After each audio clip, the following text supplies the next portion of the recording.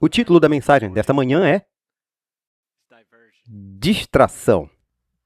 Nesta manhã, eu quero ir direto ao ponto e dizer que eu desejo falar sobre algo que pode ser um pouco desafiador, especialmente considerando a atmosfera em que estamos vivendo atualmente. Vivemos num mundo que enfrenta dificuldades em muitas frentes e ainda assim vemos o UFC montando uma grande, seja como se chama, uma arena em frente à Casa Branca. Vemos pessoas gastando milhares e milhares de dólares para assistir a um jogo do Knicks. E o preço médio de um ingresso para esses jogos de futebol, a Copa do Mundo, $4.000 o ingresso. Eu acho que caiu para 1.000, mas eu espero que isso não desperte seu interesse. A minha tese nesta manhã é a seguinte: isso não é apenas uma distração, é um desvio. Ou seja, é uma tática do diabo. Algo que já vimos acontecer antes.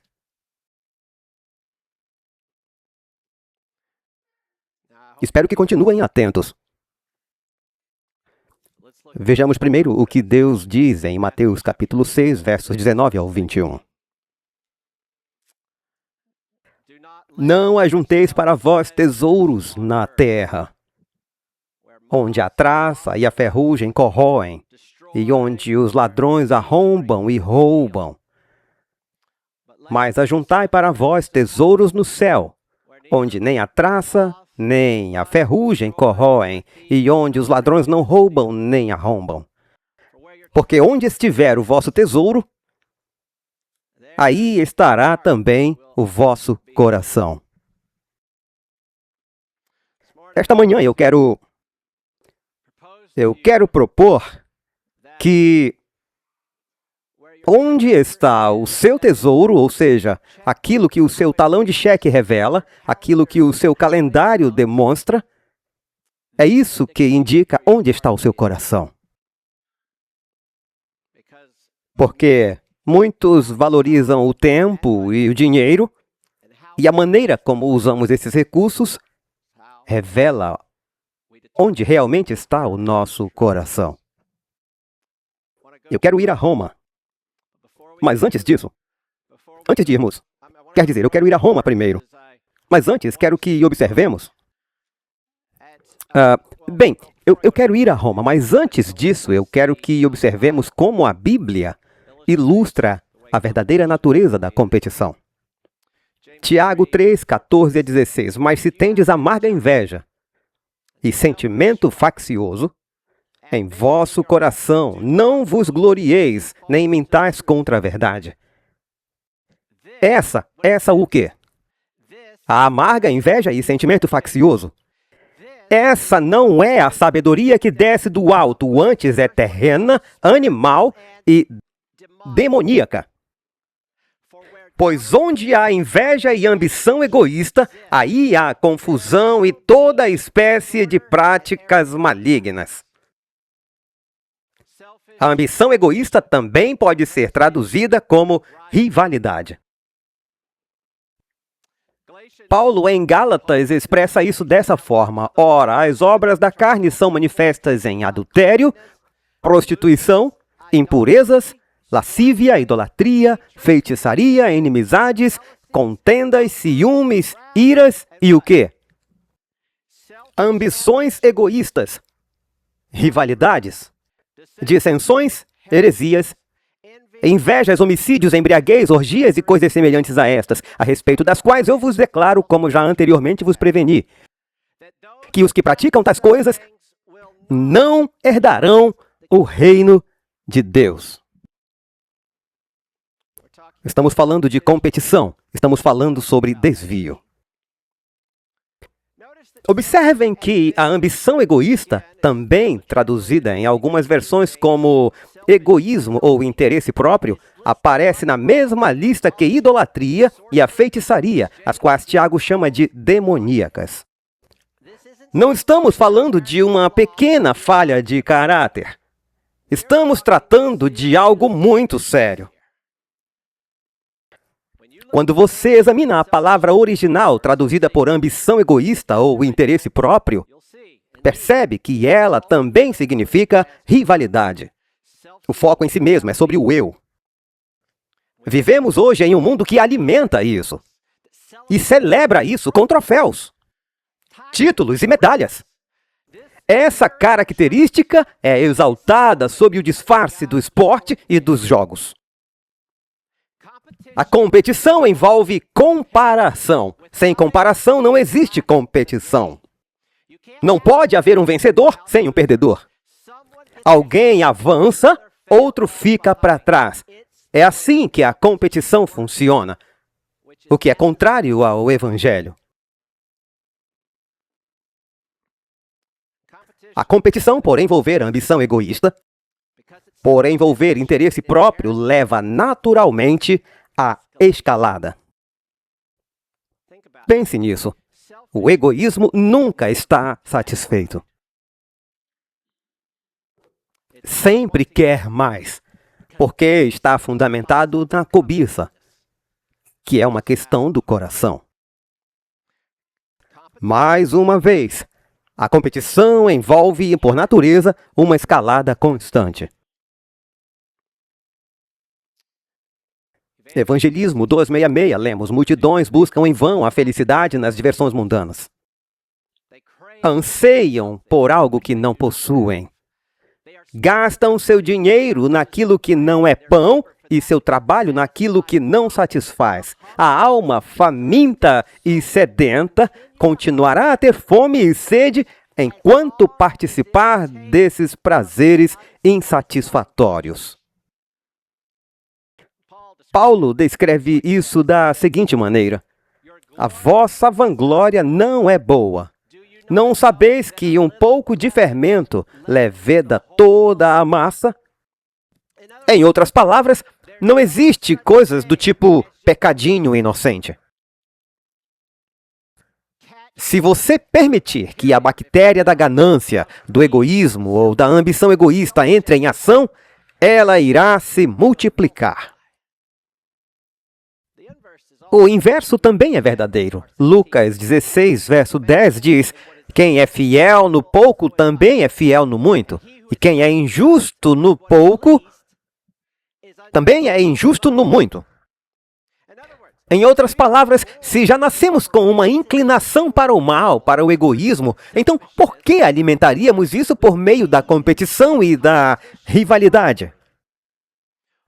Quando você alimenta o apetite para a competição, ele não permanece educadamente restrito à arena esportiva. É como dar um petisco ao cachorro enquanto você está à mesa. Quando você sentar novamente à mesa, lá estará o cachorro. Certo? Colocamos nossos filhos em campo e vibramos de entusiasmo quando eles vencem seu adversário, fazendo com que o outro perca. Depois os levamos à igreja esperando que acreditem em nós quando lhes ensinamos a colocar os outros acima de si mesmos.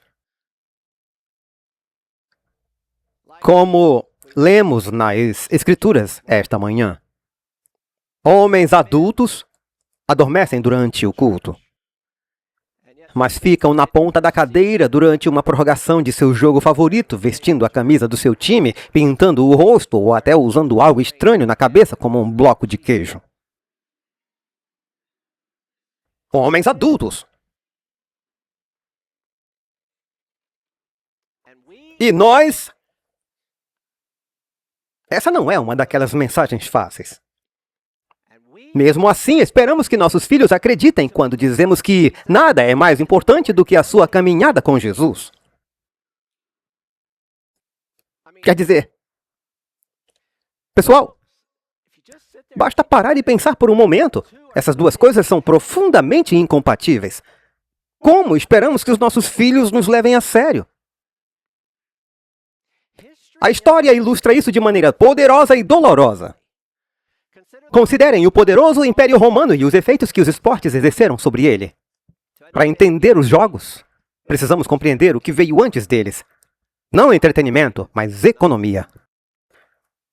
Nos séculos anteriores a Cristo, a riqueza de Roma cresceu de forma explosiva por meio de suas conquistas militares. Porém, essa riqueza fluía quase inteiramente para as mãos de uma elite cada vez menor. A.T. Jones retrata esse cenário de forma bastante clara em Os Dois Governos. À medida que essas duas classes se distanciavam cada vez mais uma da outra, os ricos ficavam mais ricos e os pobres mais pobres, deixou de existir uma classe média capaz de manter a ordem no governo e na sociedade por meio do equilíbrio do poder. O historiador Philip Schaff expressou a mesma ideia.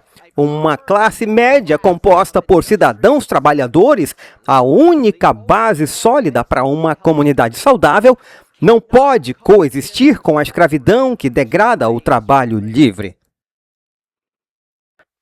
Como era mais barato utilizar escravos do que contratar trabalhadores para cuidar de suas propriedades cada vez maiores, os romanos passaram a usar os prisioneiros capturados em suas guerras de conquista.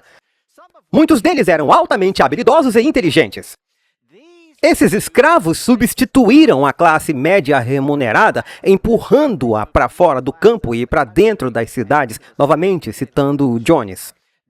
Ao chegarem às cidades, encontraram todos os ofícios e ocupações preenchidos por escravos, cujo trabalho apenas aumentava a riqueza dos milionários, tornando impossível competir com eles. A única alternativa era seguir os agitadores políticos, tornando-se instrumento de suas ambições, vendendo seu voto ao maior lance e esperando receber uma parte mais justa das riquezas monopolizadas pelos ricos.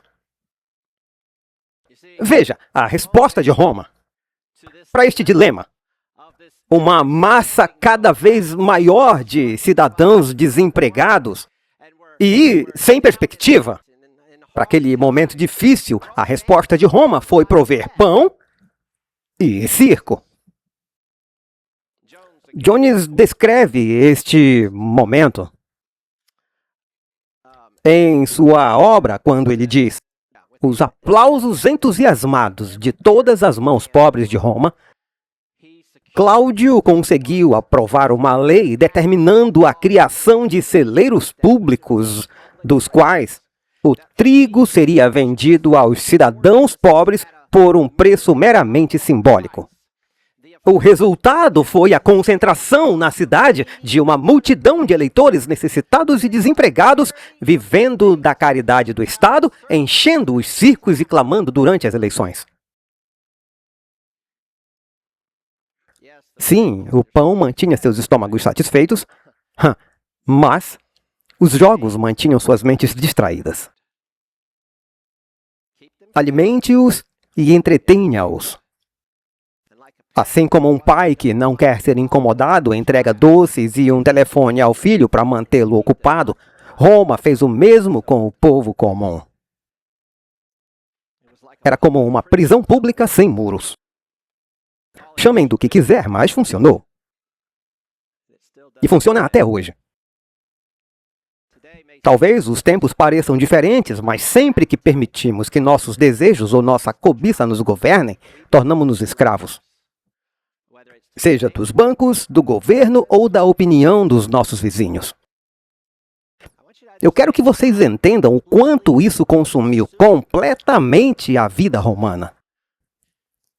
Gibbon, Edward Gibbon, autor da monumental obra sobre a história do Império Romano, descreve multidões que frequentemente chegavam a 400 mil pessoas. Escreve: os espectadores, que por vezes chegavam ao número de 400 mil, permaneciam em ansiosa atenção, com os olhos fixos nos cavalos e nos cocheiros, suas mentes agitadas entre esperança e medo pelo sucesso das cores que defendiam. E a felicidade de Roma parecia depender do resultado de uma única corrida. Na época de Cristo, Roma já possuía mais de 100 dias por ano dedicados a feriados e espetáculos públicos.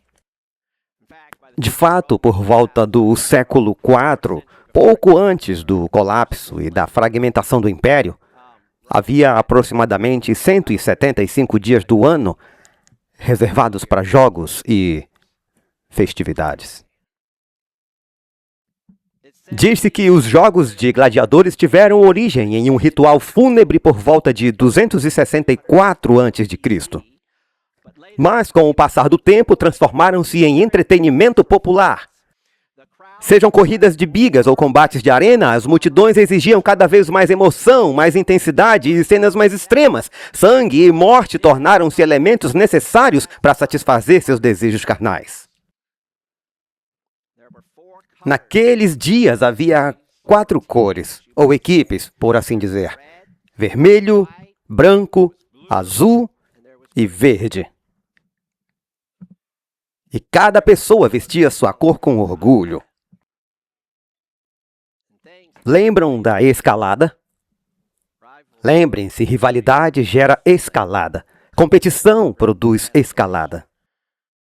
E tudo foi se tornando cada vez mais extremo, porque a ambição egoísta não conhece limites. Tertuliano, um cristão que viveu entre 155 e 220 depois de Cristo, escreveu estas palavras: onde há prazer, há intensidade de sentimento, que dá sabor ao prazer.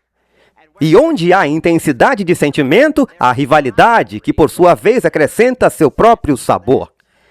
E onde existe rivalidade, existe também a ira, a amargura, a cólera e o sofrimento. Tertuliano, cristão, na época do Império Romano. Então, a sua descrição resume perfeitamente aquela época do Império Romano. Tiago estava certo ao classificar a ambição egoísta como algo demoníaco. E isso ficou claro na sociedade romana. Tertuliano vai ainda mais longe do que as palavras que acabei de compartilhar. Ele argumenta que os jogos não eram apenas moralmente destrutivos. Afirmava que eles eram literalmente consagrados a algo demoníaco. Ele fala das associações demoníacas desses eventos e deixa bem claro que os cristãos não deveriam participar deles. Pelos padrões atuais, isso pode parecer severo, fanático ou até radical. Mas foi o que ele disse. É interessante notar que nos anos que antecederam a chegada do Messias, Satanás trabalhou diligentemente para criar uma grande distração.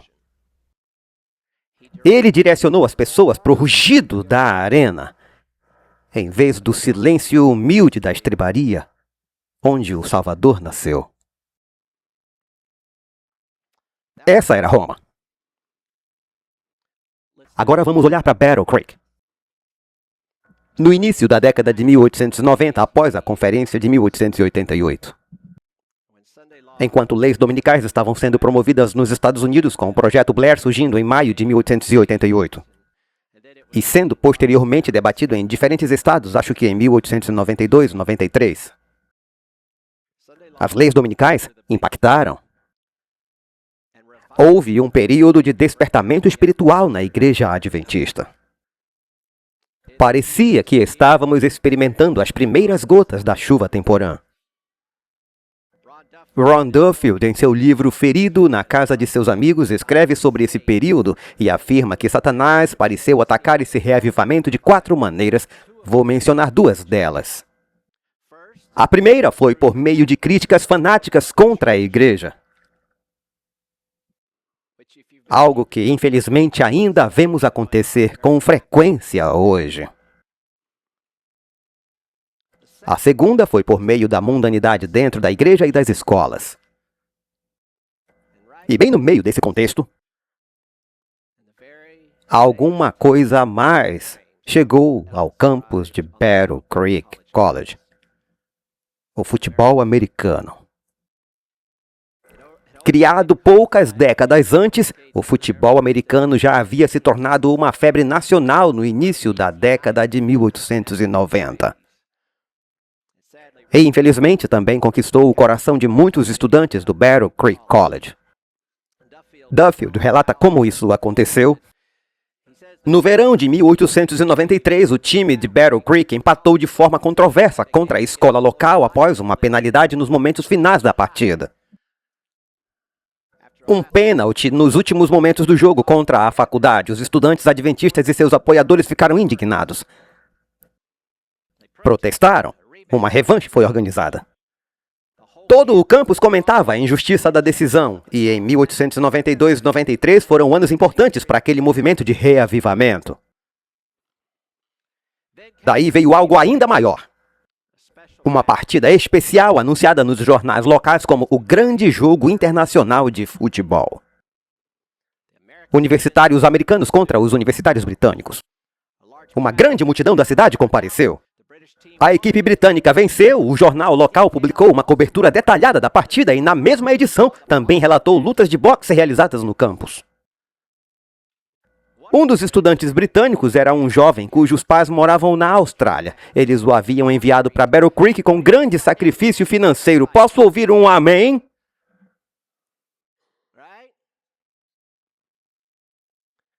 Especificamente para que ele recebesse uma educação cristã e, ousamos dizer, uma educação adventista.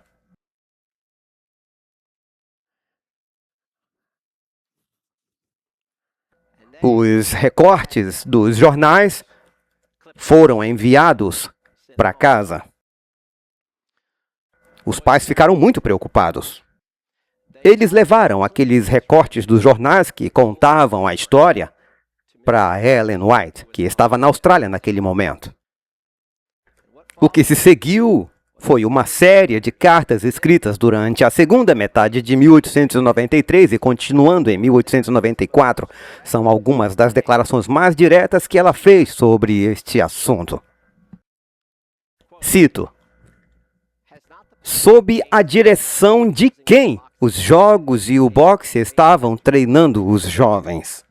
Sob a direção de Satanás, levando-os a desenvolver seus atributos e seu espírito de ambição egoísta. E se eles pudessem ver Jesus, o homem do Calvário, olhando para eles com tristeza, como me foi mostrado em visão?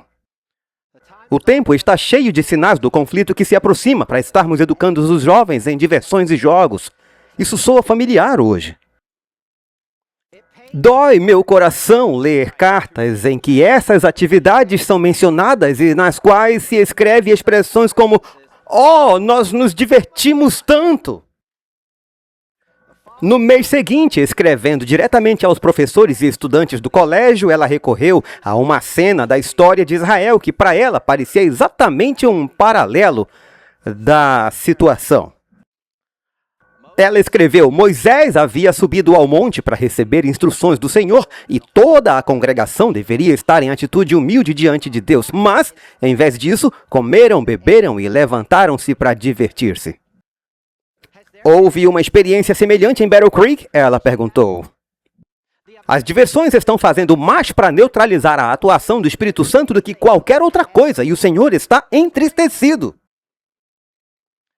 Mais tarde, em outubro, escrevendo novamente a Prescott, ela citou o futebol como um perigo específico e apontou seus leitores para um texto que deve ter sido arrepiante de ler.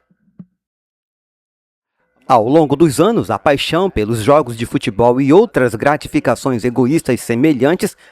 O que ela disse?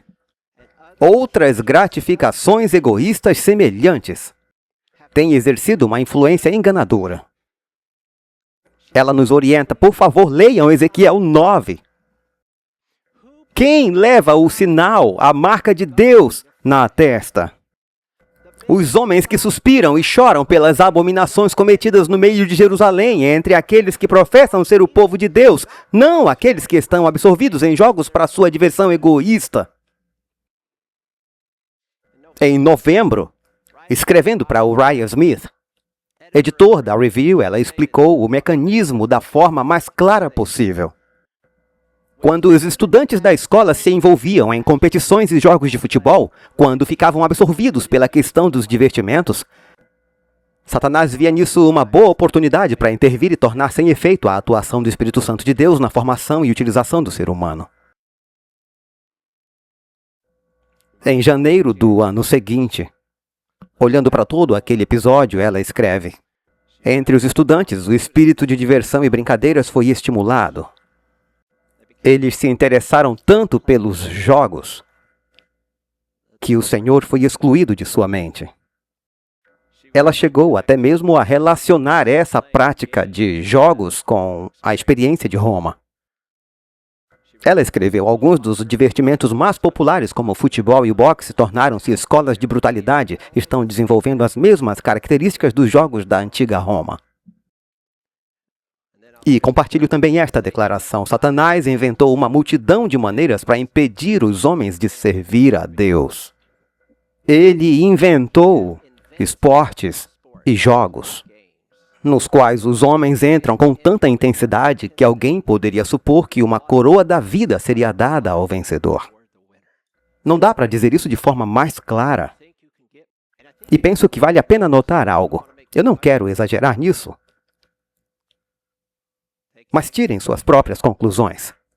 Vocês sabiam que o beisebol foi formalizado pela primeira vez em 1845? Muito perto de uma outra data que conhecemos. O futebol da Copa do Mundo em 1863.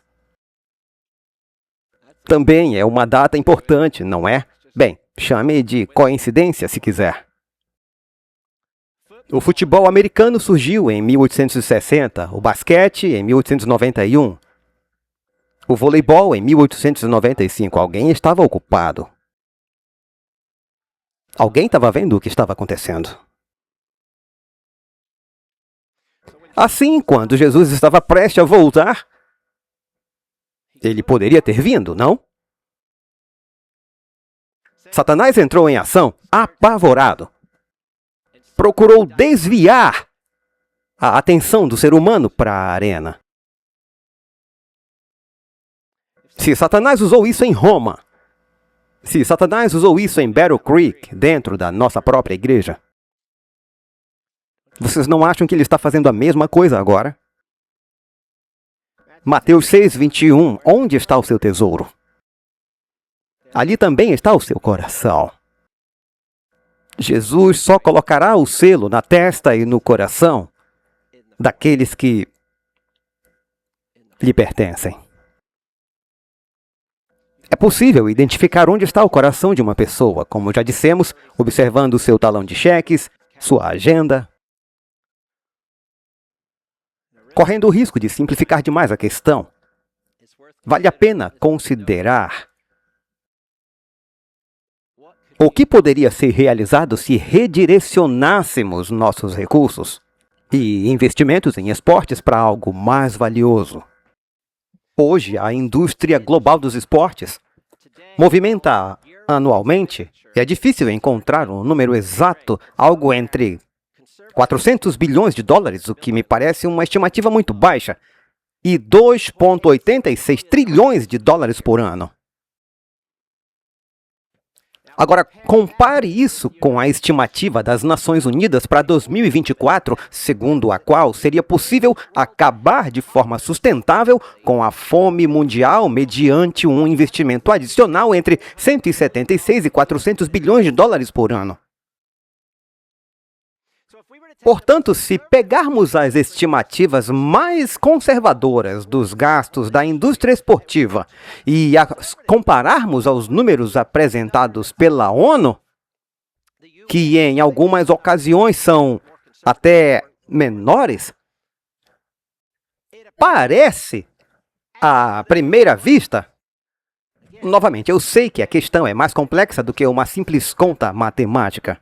Mas poderíamos dar um golpe tremendo no problema da fome mundial se colocássemos a bola dentro do armário.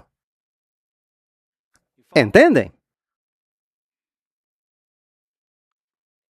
Eu sei que o assunto é mais complexo do que isso. Mas, segundo os relatos, mesmo com a queda dos preços dos ingressos, o valor médio para assistir à Copa do Mundo estava entre 3 e 4 mil dólares por assento. Quando quer, o povo encontra dinheiro. Nos recentes jogos do Knicks, as pessoas estavam pagando milhares de dólares por uma única noite no Madison Square Garden. Isso diz algo sobre a nossa cultura, a nossa nação, a nossa condição. Onde estiver o tesouro, ali também está o coração. Sem dúvida que as comparações entre o estádio e a igreja são numerosas. Enquanto os cidadãos romanos no século IV passavam até metade do ano assistindo aos jogos, os números atuais sugerem que as coisas não são tão diferentes assim. Somente os dados sobre tempo são impressionantes. É verdade que não temos 175 feriados por ano. Temos muitos, mas não tantos. Uma pesquisa nacional mais recente da Common Sense Media constatou que adolescentes americanos entre 13 e 18 anos passam em média 8 horas e 39 minutos por dia consumindo mídia de entretenimento em telas, sem contar o tempo da escola. Crianças entre 8 e 12 anos passam em média 5 horas e meia por dia. O ponto é que você não precisa mais ir ao Circo Maximus para uma arena com 400 mil lugares para assistir aos jogos. Basta um celular e um assento na primeira fila. E embora a nossa indústria esportiva pareça mais branda, sem combates até a morte, como na Roma antiga, Hollywood se encarregou de fornecer uma abundância de violência e sensualidade para satisfazer os mesmos apetites carnais. Quando você soma o entretenimento, incluindo os esportes, vê uma sociedade que, em muitos aspectos, dedica ao jogo, ao drama, ao lazer e ao entretenimento uma qualidade de tempo semelhante à observada em Roma. Aparentemente, só isso já sugere que, espiritualmente falando, estamos à beira de algo muito grande. Como dizia nosso texto bíblico nesta manhã, não façais por ambição egoísta ou vaidade, mas por humildade, considerando os outros superiores a vós mesmos. E não pense que ser cristão o torna imune a esse comportamento. Lucas 22, verso 24 diz: levantou-se também entre eles uma discussão sobre qual deles seria considerado o maior. Sobre quem é o texto? Os discípulos. Durante a ceia do Senhor. Se os discípulos que conviviam diariamente com Jesus puderam ser desviados por esse sentimento, nós certamente também estamos em risco. Paulo é claro em 2 Coríntios 10, 12, porque não ousamos classificar-nos ou comparar-nos com alguns que se recomendam a si mesmos. Mas eles, medindo-se consigo mesmos e comparando-se consigo mesmos, revelam falta de sabedoria. É disso que tratam os esportes e os jogos, seja golfe, tênis ou qualquer outro. Mas não sejamos severos apenas com os entusiastas dos esportes. Esse problema invade todos os aspectos da vida, até os mais sofisticados.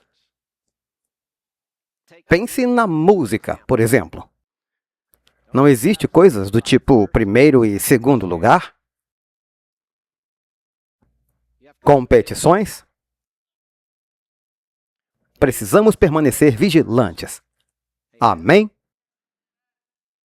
Provérbios 14:30 diz: o coração tranquilo é vida para o corpo, mas a inveja é podridão para os ossos. Riqueza, posição, talento, fama. Todos nós somos vulneráveis à tentação da comparação e da competição. Vocês lembram da vitória de Davi sobre Golias? Como as mulheres de Israel saíram cantando? Elas cantavam e dançavam. Saul matou milhares, porém Davi matou dezenas de milhares. Então, Saul se sentiu ameaçado e cedeu ao orgulho e ao ciúme enquanto competia pelo primeiro lugar. E a competição o destruiu. E continua destruindo vidas hoje. Ela o escravizou e continua escravizando pessoas hoje. Eventualmente, ela o levou à ruína e pode fazer o mesmo conosco. Jesus confrontou essa mentalidade.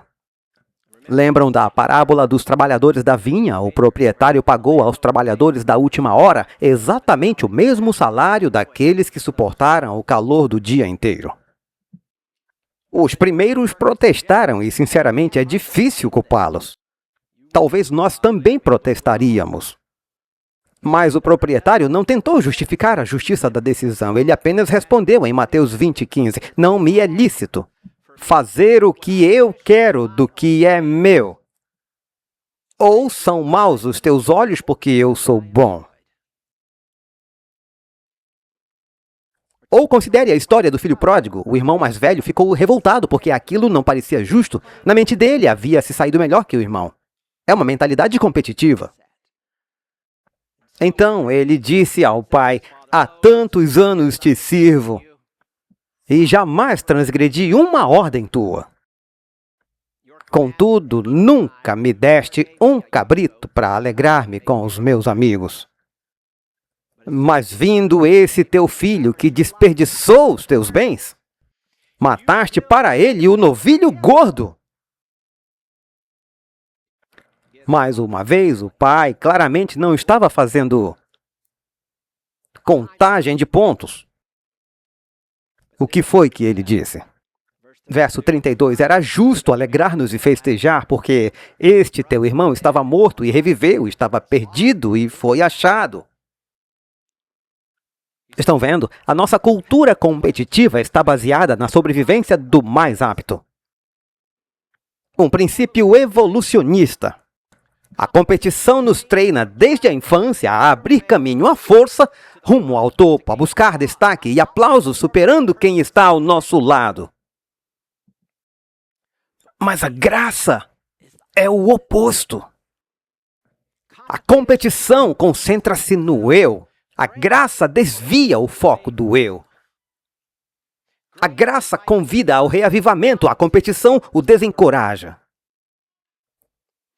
Quando Cristo veio pela primeira vez, Roma lotava o circo máximo com 400 mil pessoas por vez, enquanto o Rei dos Reis nascia despercebido numa estrebaria.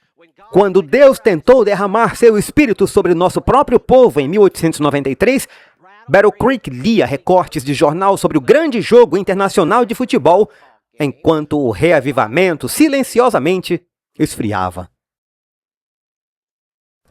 E hoje a mesma fome se manifesta em bilhões, talvez trilhões de dólares, exigindo longas horas de dedicação e muitas vezes nem mesmo um ingresso, apenas uma tela no bolso. Sim, é verdade. A rivalidade produz ira. Como Tiago disse, é demoníaca. E todas as vezes, o custo não é apenas tempo perdido ou dinheiro desperdiçado. O custo é a atenção que era necessária em outro lugar.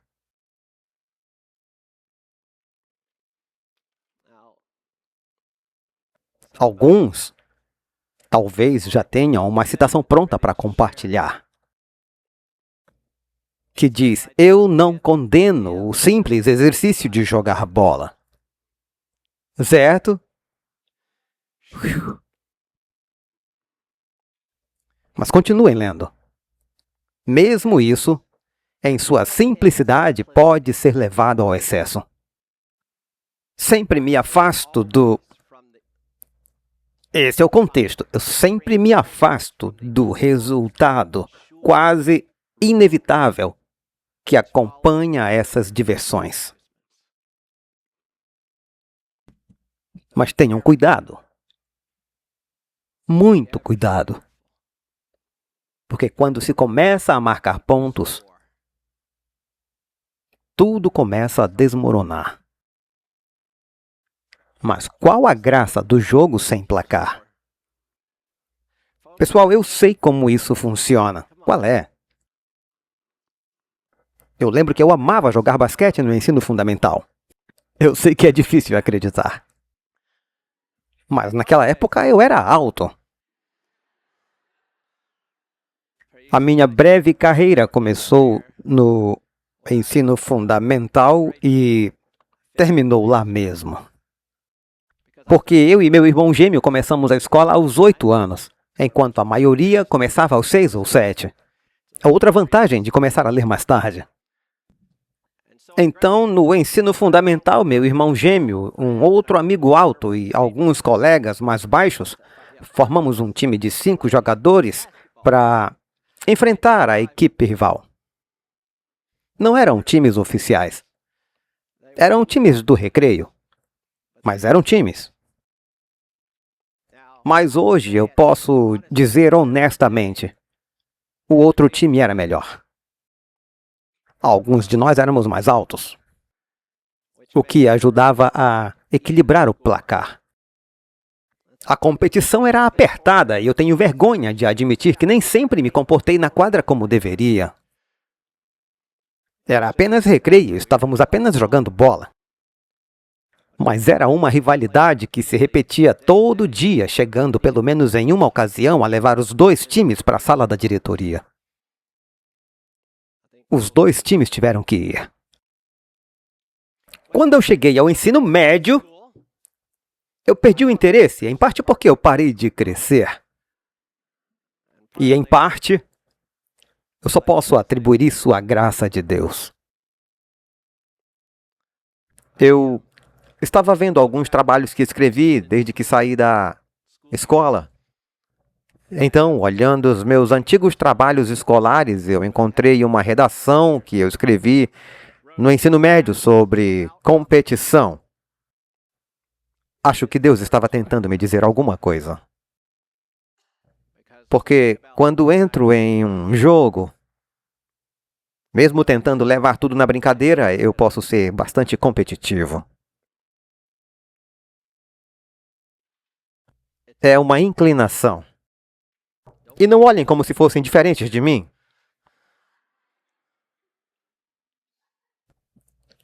Diante de tudo que analisamos esta manhã, a sobrevivência do mais apto, o fato de que a competição naturalmente leva à escalada da rivalidade, a advertência de Tertuliano aos cristãos dos séculos I e II, e sua recusa em apoiar os jogos, os nossos primeiros conselhos proféticos, advertindo que essas coisas são invenções do diabo, a comparação entre Roma e Battle Creek e como Satanás desenvolveu esses esportes e jogos para nossa ruína. Eu não creio que a resposta honesta a tudo isso possa ou deva ser, então, apenas vigie seu coração enquanto joga.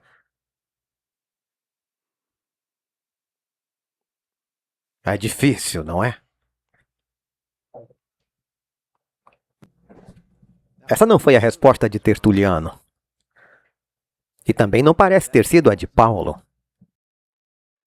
E ele escreveu: não sabeis que os que correm no estádio todos correm, mas um só recebe o prêmio? Correi de tal maneira que o alcanceis. E todo aquele o quê? Que compete pelo prêmio, em tudo se domina. Eles para alcançar uma coroa perecível. Nós, porém, uma imperecível. Perceberam os pronomes? Eles fazem isso para alcançar uma coroa perecível. Nós, uma coroa imperecível.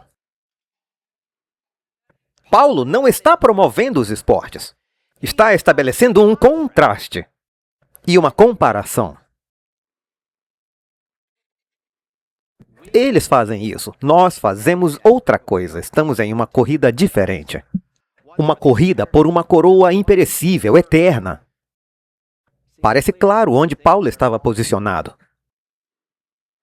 Romanos 12:10 apresenta um tipo saudável de competição. Amai-vos cordialmente uns aos outros. Superem, outra versão diz, superem uns aos outros em demonstrar honra.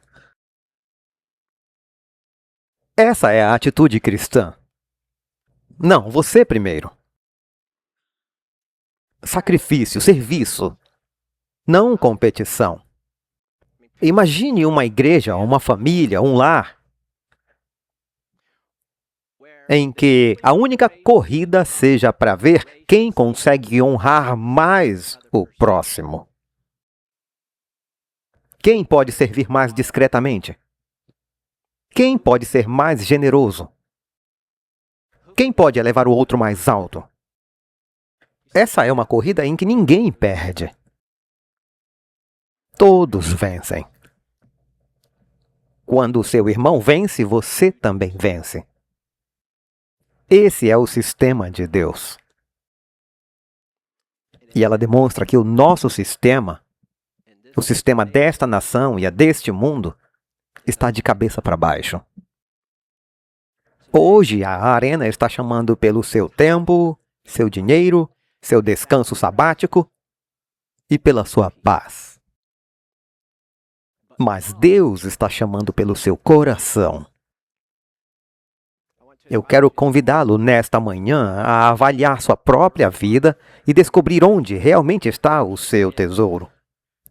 Quando você olha para os registros, hora por hora, dólar por dólar, onde está o seu tesouro? E abandone, seja lá o que for, abandone, seja o que for, que silenciosamente se tornou o seu placar. Saia das arquibancadas do estádio, amém? Saia do meio da multidão. Foi isso que os cristãos fizeram em Roma. E o inimigo tentou colocá-los no centro da arena. E eles viraram o entretenimento da multidão. Mal sabiam os seus perseguidores que o sangue dos mártires seria a semente do Evangelho. E o Evangelho se espalhou. Talvez zombem de você. Você não é patriota. Você está por fora. Seja nos esportes, na música, na posição social, no status ou em qualquer lugar onde exista o seu placar. Eu o convido a derrubá-lo. Deixe isso e encontre liberdade em Jesus. Venha a Ele e eu lhe prometo, você encontrará descanso para a sua alma.